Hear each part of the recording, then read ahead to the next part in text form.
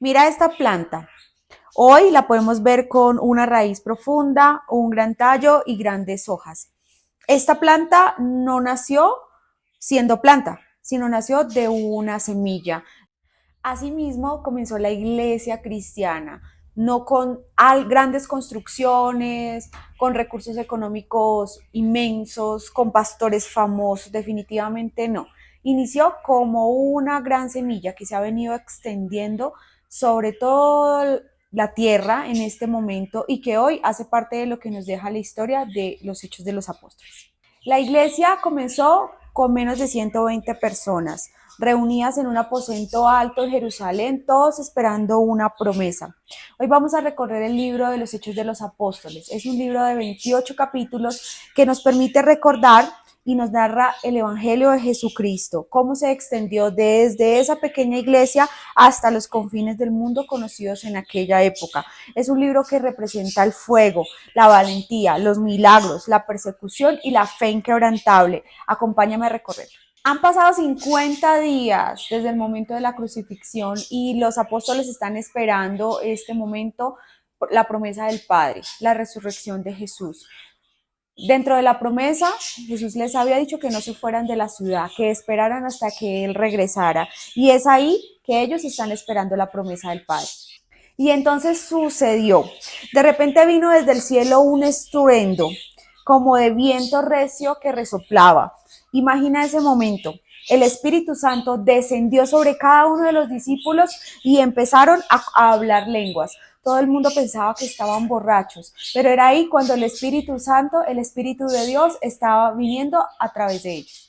Es ahí donde Pedro, sí, claro, ese mismo Pedro, ese Pedro que había negado a Jesús 3 veces, se pone de pie delante de multitudes para profesar la palabra de Dios con valentía ante miles de personas que esperaban escuchar la promesa y explica que están viendo el cumplimiento de la profecía de Joel hasta la muerte y la resurrección de Jesucristo.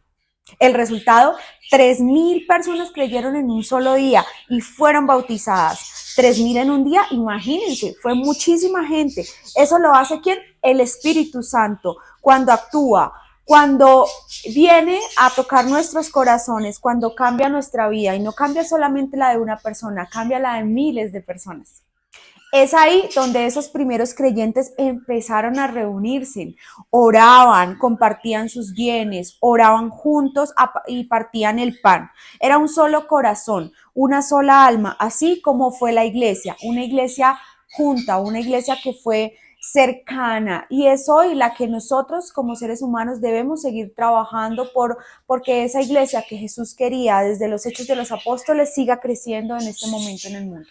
Estas piedras me recuerdan algo muy importante del libro de los Hechos, que las cosas no siempre fueron fáciles para los primeros cristianos. Muy pronto comenzaron a aparecer los obstáculos y la oposición y la violencia. En el capítulo 3, Juan y Pedro sanan a un hombre cojo de nacimiento y la puerta del templo la gente queda maravillada. Los meten a la cárcel, les ordenan que dejen de hablar en el nombre de Jesús. ¿Qué respondieron Pedro y Juan?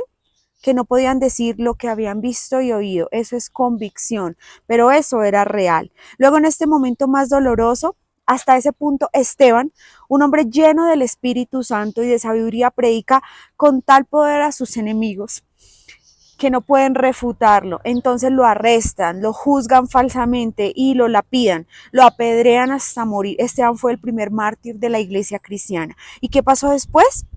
Que sus perseguidores jamás esperaban, la persecución se dispersó y los creyentes de Judea y de Samaria y donde quiera que fueron llevaron el evangelio. Las piedras que lanzaron contra la iglesia no los destruyeron, los dispersaron como semillas en el viento.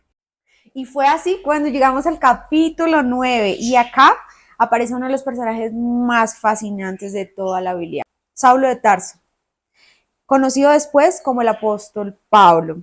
Pablo era un hombre que perseguía y mataba a los creyentes, estuvo presente cuando Esteban fue apedreado y aprobaba su muerte, era enemigo número uno de la iglesia y entonces Jesús se le apareció en el camino a Damasco. Saulo, Saulo, Y Saulo le dijo, ¿por qué me persigues? Desde ahí inició la gran historia que hoy enlaza a la iglesia cristiana y es la huella tan imborrable que dejó Pablo a partir de los Hechos de los Apóstoles. Y lo que ustedes no se imaginan, ese encuentro con Jesús lo cambió para siempre. Pablo desde ahí inició su caminar con Cristo, un caminar innegable, y adicionalmente a eso después empezó sus viajes. Caminaba, navegaba, cruzaba mares, iba de Turquía hasta Grecia, en Macedonia, fundó iglesias en Filipo, en Tesalónica, en Corinto, en Éfeso. Fue apedreado, fue azotado, fue naufragado, fue encarcelado. A pesar de las dificultades, Pablo siempre se levantaba en el nombre de Jesús para seguir confesando a Cristo como único y suficiente Salvador. Y como a Pablo nada lo detenía, finalmente en los últimos capítulos vemos un Pablo que llega a Roma, la capital del mundo en ese entonces, a llevar el evangelio hasta el corazón del imperio romano. Cada paso que ves es el camino que Pablo avanzó al conocer el momento de la iglesia.